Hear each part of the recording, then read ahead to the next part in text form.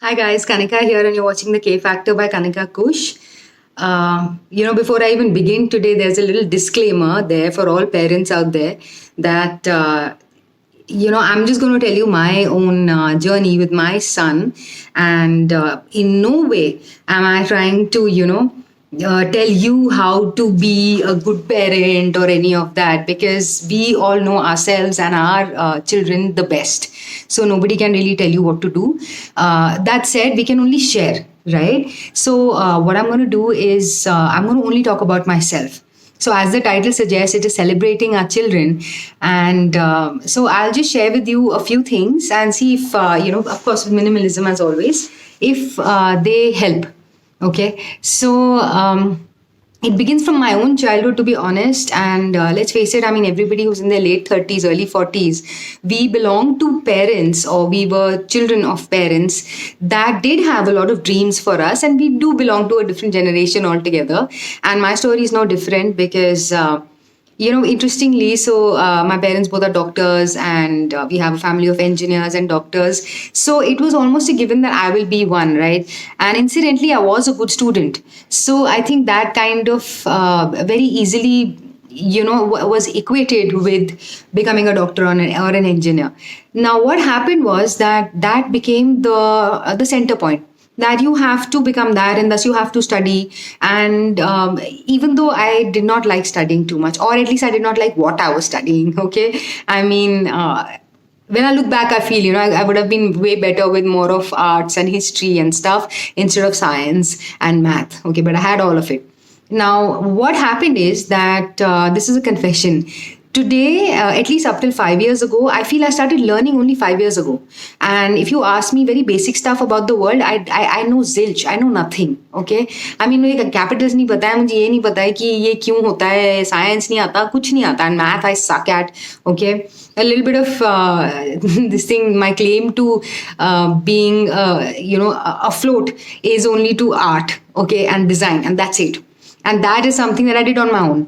So my point is that I was a good student, but did I really gain knowledge?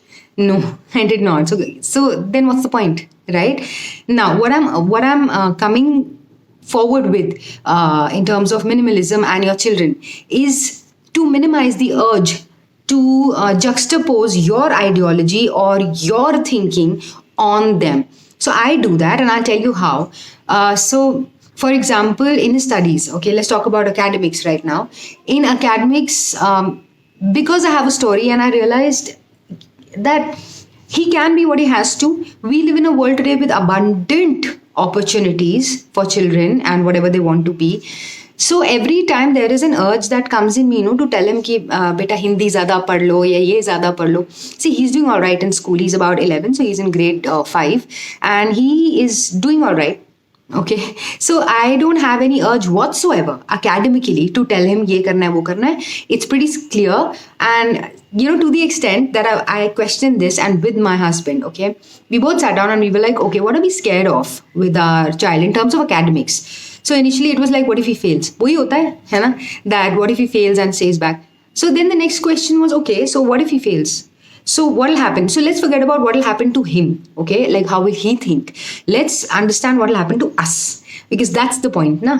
So it'll be like, okay, so then I'll tell my friends or whatever society that, okay, he's in 5th grade or 4th grade, whatever, and he stayed back because he couldn't pass. तो किसका थोड़ा shameful feeling आएगा? हमारा, right? Now, that's what we've eliminated. That it doesn't matter. It doesn't. Nobody, he's not the center of the universe for the society, and nobody will care. It'll just be a little bit of those stares, uncomfortable feeling, and that's about it. That's the worst now that can happen, that the child will fail. Now imagine the child himself learning it on his own, that all my friends are going to the next 6th grade or whatever, and and then they have these quizzes and stuff. तो उसको खुद ही है कि okay, I did not score so well, or I did not do so well, or I did not know the answer to this. So he himself actually realizes, I better buck up, Trust me, this happens without us telling him. Okay, so that is what I'm saying, is what we've minimized. We've eliminated the urge to continue telling him to study whole day. So that is number one. Then it comes to what he's going to be tomorrow when he grows up. Like, what will he do for a living?